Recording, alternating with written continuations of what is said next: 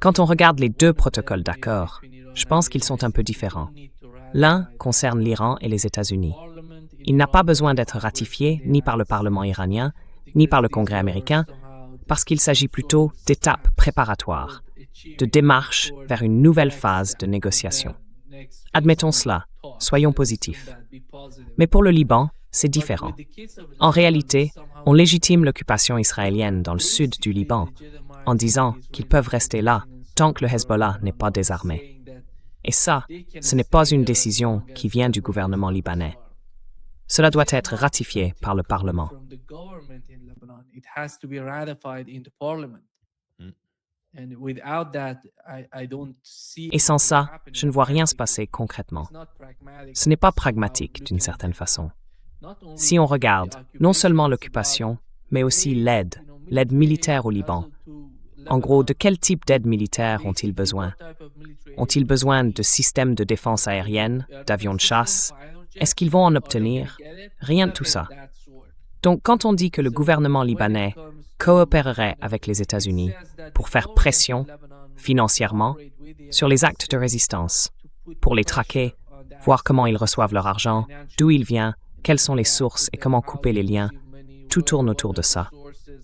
Et faire pression sur les actes de résistance, ça veut dire, en réalité, le Liban et les Palestiniens. Qui est là, au Liban? Which is already the policy. And this is an ongoing process that's C'est déjà la happening politique already. actuelle. So, Et c'est un as you processus en rightly point cours out, I qui a mean, déjà Hezbollah, commencé the depuis un party, the moment. political wing, Comme vous l'avez justement souligné, le Hezbollah, en tant que parti, en tant que branche politique, détient, on peut le dire, une majorité de travail au Parlement.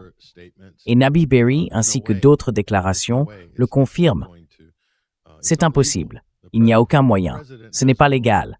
Le président n'a aucune autorité légale et bien sûr, aucun des ambassadeurs qui ont signé cela n'a la moindre autorité légale pour le faire. Sans parler du fait qu'un tel accord nécessiterait de réécrire la constitution libanaise. Ce que c'est, en réalité, c'est un geste symbolique, mais aussi une énorme trahison, un acte de haute trahison de la part du président et du premier ministre. À mon avis, c'est l'un des actes les plus traîtres de toute l'histoire du Liban. Et ce n'est pas une exagération. I would think.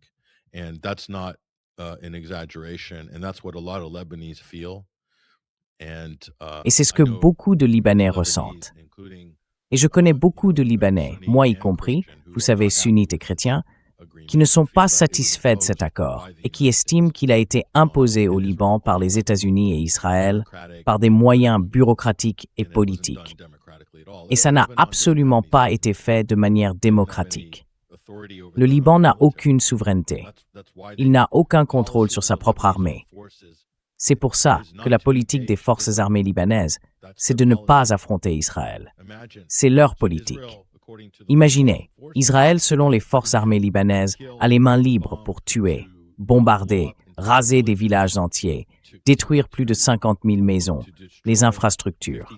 Et Israël peut s'emparer de ce qu'il estime devoir prendre, même en matière de territoire ou peut-être de ressources. even in terms of land resources, perhaps. There's nothing the Lebanese armed forces will do. Les forces armées libanaises ne feront rien pour les retenir ou se mettre en travers de leur chemin. C'est leur politique. Alors, si c'est leur politique, qu'est-ce que ça veut dire pour les habitants du Sud? Et la manière dont les États-Unis veulent présenter ça au monde, à l'Occident, c'est de dire Israël ne fait que se défendre contre une organisation terroriste. Ils ont classé le Hezbollah comme organisation terroriste. On en a déjà parlé. C'est comme ça qu'ils cadrent la situation. Et ensuite, les gens sur place sont considérés comme des sympathisants du Hezbollah ou simplement comme des chiites. Donc ils doivent partir, tout simplement. Et quand la population aura été déplacée, Israël se sentira plus en sécurité. Autrement dit, ils utilisent le sectarisme comme base d'un nettoyage ethnique sous la menace de la mort. C'est la position israélienne. C'est ce qu'ils font. Position. That's what they've been doing. They've been threatening whole villages, Ils ont menacé des villages entiers, des quartiers entiers de grandes villes, comme Tyr, en disant que les musulmans chiites ne peuvent pas être tolérés, ni même hébergés par d'autres Libanais. Et si quelqu'un les abrite, alors ceux qui les protègent deviendront eux-mêmes des cibles. C'est un crime de guerre. C'est contraire à tout ce que prévoit le droit humanitaire international. C'est une violation de dizaines et de dizaines de résolutions de l'ONU et du Conseil de sécurité. Comment est-ce que ça peut être acceptable, à quelque niveau que ce soit? Et pourtant, les forces armées libanaises ne peuvent rien faire face à tout ça. Mais le Hezbollah, lui, le peut.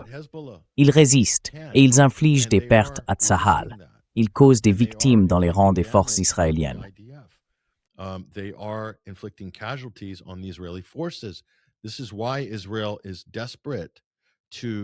C'est pour ça qu'Israël veut absolument que les États-Unis interviennent pour créer ce statu quo, cette impasse, afin de pouvoir renforcer et reconsolider ses positions. Voilà, c'est ça. Ça a été une crise majeure pour l'armée israélienne ces 2 derniers mois. C'est la seule raison pour laquelle tout ça se produit. Et en plus, ils étaient encore plus inquiets à l'idée que l'Iran, en imposant une absence d'hostilité et aucune agression militaire au Liban contre Israël, aggrave encore la situation pour les Israéliens. Alors, ils veulent se débarrasser de ce protocole d'accord. Ils veulent que le gouvernement à Beyrouth se montre d'une manière ou d'une autre coopératif. Ils veulent créer les conditions d'une guerre civile violente au Liban. La seule issue pour Israël, c'est une guerre civile violente au Liban. C'est leur seule porte de sortie.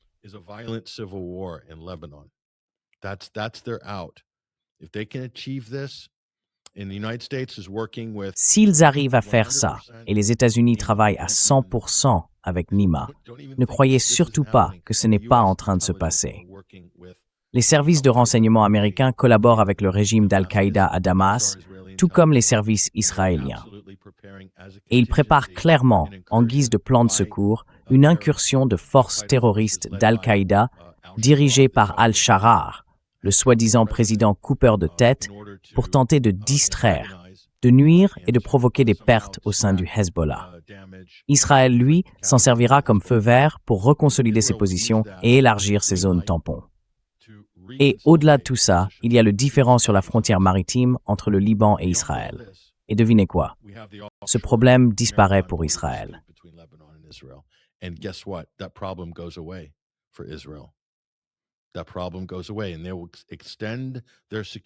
Ce problème disparaît et ils vont étendre leur ligne de sécurité vers la mer. En faisant ça, ils gardent le contrôle sur 2 champs gaziers offshore très lucratifs qui appartiennent au Liban, mais autour desquels Israël a toujours cherché à créer une controverse juridique. Cela a maintenu la situation embourbée pendant des années dans des litiges devant les tribunaux internationaux et des procédures d'arbitrage. Ça a aussi provoqué des tensions à l'intérieur du Liban. Qui décide? Qui contrôle? Quelle entreprise va obtenir le contrat? Quelle famille issue d'un clan confessionnel va profiter des revenus de ce champ gazier offshore? Pendant ce temps, Israël modifie les faits sur le terrain, mais aussi en mer, vous voyez. Et ils se projettent loin, très loin. Ils ont 20 ans d'avance.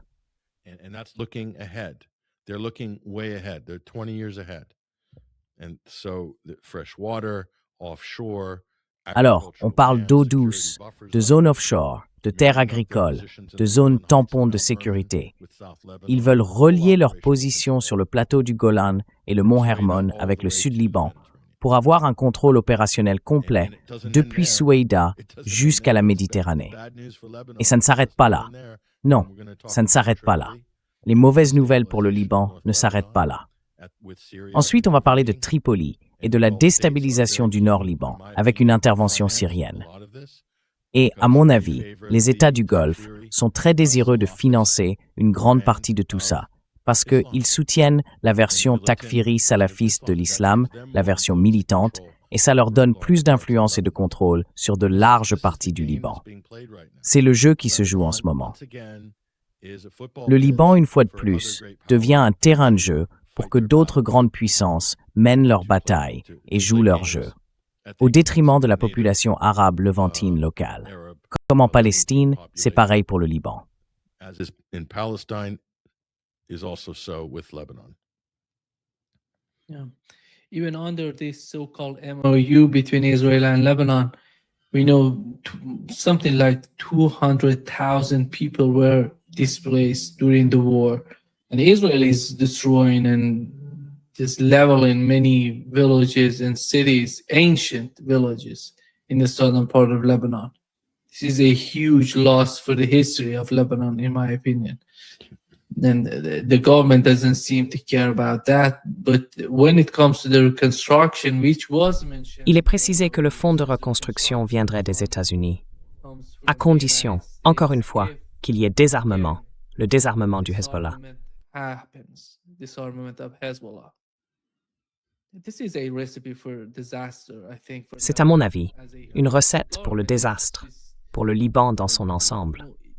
Le gouvernement, enfin il y a des gouvernements des pays de la région qui veulent aider le Liban à reconstruire, surtout la partie sud du pays. Beaucoup de gens ont été déplacés, beaucoup de chiites, de chrétiens aussi. Ils ont dû partir et maintenant ils veulent rentrer chez eux.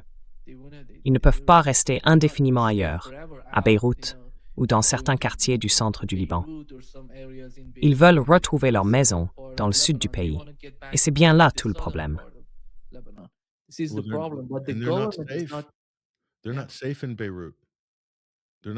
Ils ne sont pas en sécurité à Beyrouth. Vraiment pas. Leurs tentes de réfugiés sont bombardées par l'armée israélienne. Et tu sais, Nima, ce que beaucoup de gens ne comprennent pas, c'est qu'à cause des divisions confessionnelles au Liban, les autorités, représentées par Joseph Aoun et Nawaf Salam, rendent la vie très difficile aux chiites déplacés à l'intérieur du pays. Ils n'ont pas libre accès. Ils ne peuvent pas s'installer où ils veulent. On les harcèle, on leur coupe la liberté de mouvement. On les empêche de circuler. Leur vie devient extrêmement compliquée. Et tout ça, c'est parce que c'est ce que veulent les États-Unis. C'est ce que veut Israël.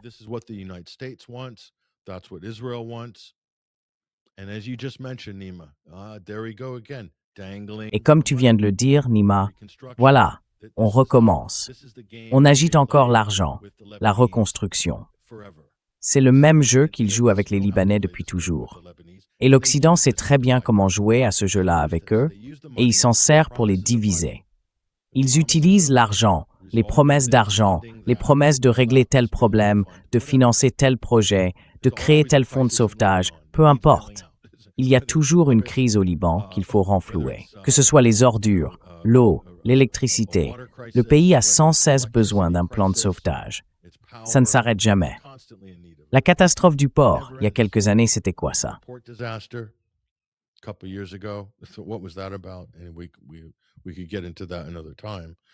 On pourra en reparler une autre fois de ce qui s'est vraiment passé là-bas, mais on l'a déjà vu trop souvent, encore et encore. Et c'est exactement le même jeu qui se joue aujourd'hui. Sauf que cette fois, les conséquences sont dévastatrices et l'enjeu est bien plus grand. C'est la stabilité de toute la région qui est en jeu. L'Iran a décidé de créer ce point de bascule autour du Sud-Liban pour toute la région. Et cette stratégie fonctionne. Elle a déclenché une discussion mondiale et elle met une forte pression sur Israël ainsi que sur l'administration Trump. Tout ce qu'ils font en ce moment, c'est essayer de se sortir de ce piège. Tout ce théâtre à Beyrouth, c'est exactement ça. C'est de ça qu'il s'agit.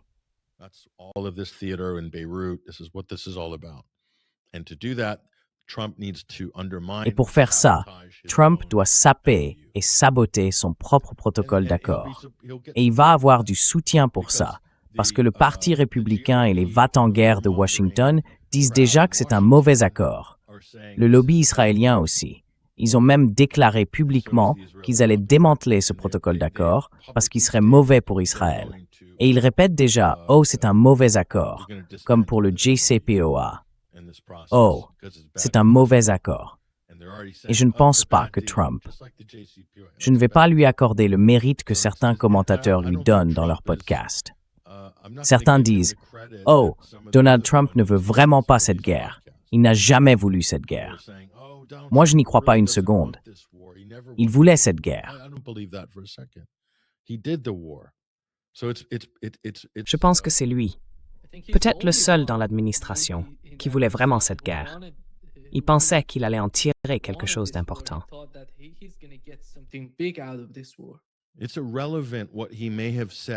Peu importe ce qu'il a pu dire pendant la campagne, ou une remarque en passant sur le fait qu'une guerre avec l'Iran serait une catastrophe. Peu importe. Ça n'a aucune importance, parce qu'il l'a fait. Il l'a fait 2 fois. Il s'est engagé 2 fois, l'an dernier, dans une guerre d'agression non déclarée contre l'Iran. Donc, au fond, ça ne change rien. Je ne pense pas qu'il soit sérieux. Je ne crois pas qu'il comprenne vraiment dans quoi il s'est embarqué. Je ne pense pas qu'il ait la moindre idée de comment en sortir. Et franchement, je ne crois pas qu'il ait le courage politique d'affronter le lobby pro-israélien, ni les faucons de son propre parti, et encore moins les médias. Il se laissera simplement manipuler.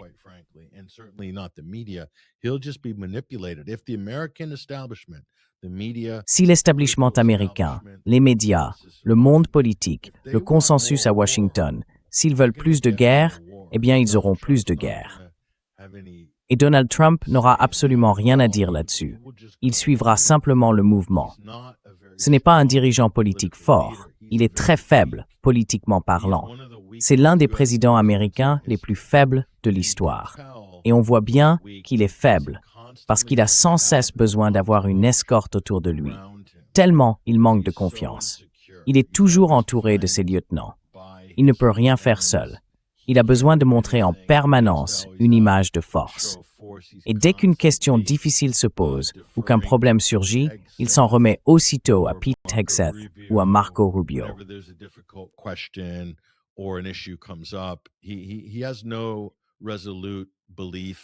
Il n'a absolument aucune conviction solide, aucun principe. Il flotte complètement au gré du vent, tout le temps. Et je pense que c'est à cause de la faiblesse de Trump que cette catastrophe continue de se dérouler. C'est à cause de la faiblesse de Trump que la situation en Ukraine est bien pire qu'elle ne l'était quand il est arrivé au pouvoir, il y a 1 an et demi. Et c'est encore à cause de sa faiblesse que la situation à Gaza est un échec total pour les États-Unis, 10 fois pire qu'à son arrivée. Tout ça, c'est à cause de sa faiblesse. En ce moment, Donald Trump fait paraître Joe Biden fort et stable en comparaison. Je ne dis pas que Biden l'était, mais relativement parlant, Biden avait quelques... Enfin non, en fait, Biden n'était pas là.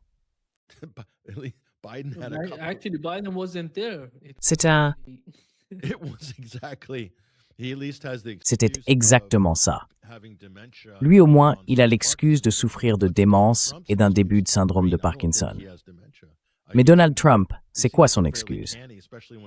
Je veux dire, je ne pense pas qu'il ait la démence.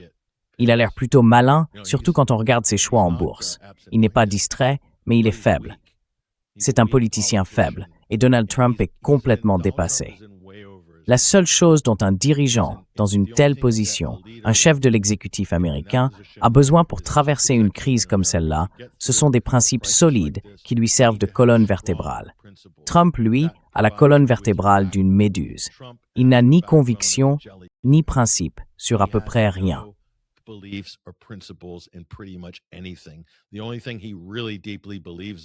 La seule chose en laquelle il croit vraiment, profondément, c'est qu'il doit sans cesse gonfler sa marque personnelle et s'attribuer le mérite de tout, qu'il l'ait fait ou non. C'est le seul vrai système de croyance solide que ce président ait, Nima. On l'observe de très près depuis 1 an et demi, et c'est échec sur échec. Il les accumule, puis essaie de présenter ses échecs comme de grandes victoires, de grands succès. À ce stade, c'est devenu une blague qui tourne en boucle. Et tout ça a un coût énorme. Pour la région, pour l'économie mondiale, pour les États-Unis sur le plan politique et pour la réputation américaine sur la scène internationale.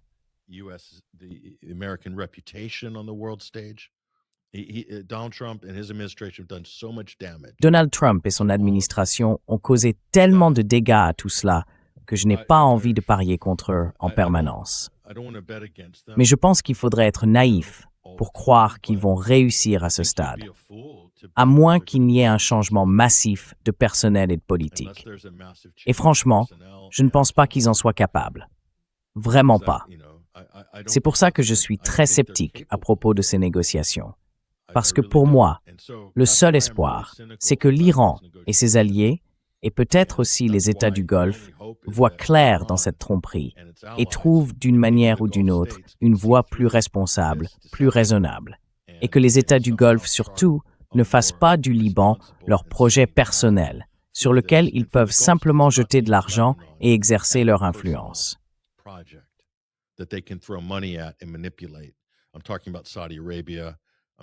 Je parle de l'Arabie saoudite, des Émirats arabes unis et d'autres encore. C'est ce qu'ils ont toujours fait au Liban et en Syrie. Et je pense que c'est aussi une partie du vrai dommage infligé à la région, et même au monde, à cause de ça. On peut reprocher beaucoup de choses à Israël, mais on peut aussi reprocher aux pays du Golfe leur ingérence constante, leur volonté de choisir les gagnants et les perdants, et leur penchant sectaire. Ça a été dévastateur pour le Liban. C'est une véritable atteinte à sa souveraineté. La souveraineté libanaise est frappée par les Américains, qui ne permettent pas à leurs forces armées d'avoir une vraie défense. Elle est frappée par les États du Golfe, avec tout cet argent qui circule dans leur système, qui pousse les gens à se diviser, à choisir des camps, et cette souveraineté a aussi subi un coup énorme de la part des Israéliens. Sovereignty has taken a massive hit by the Israelis. It's a tiny country, Lebanon. It's the size of Le Liban, c'est un tout petit pays, à peu près la taille du pays de Galles. Et pourtant, 3 grandes puissances ne cessent de saper sa souveraineté, de la grignoter jour après jour.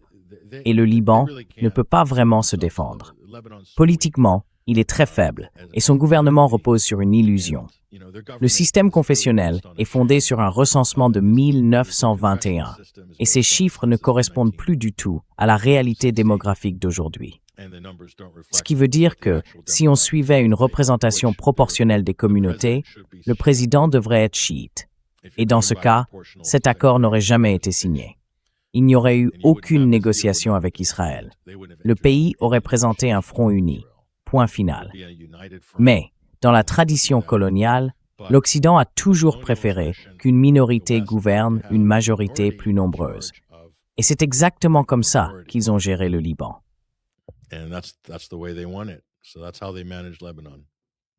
Serait would debatten. Yes. Oui, Bahreïn ou Saddam Hussein en Irak. La liste est longue. The list goes on and on.